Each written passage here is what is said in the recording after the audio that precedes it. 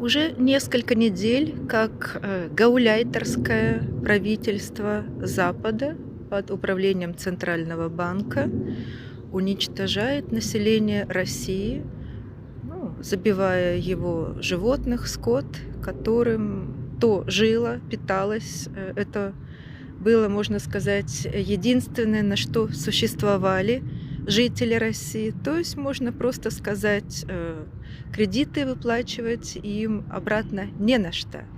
И вот сейчас эти жители, у которых, можно сказать, обрекли на вымирание, просто геноцид открытый, они этому правительству, гауляйтерскому правительству Запада, официально, вот я просто сделаю видео Катасонова, в комментариях опубликую, ну просто прочитайте его, прочитайте.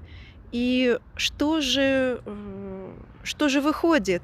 Разные вот такие псевдопатриоты, типа Ивана Тарковского и тому подобное, они призывают выразить недоверие гауляйтерскому правительству, которое их уничтожает. То есть мы не доверяем вам.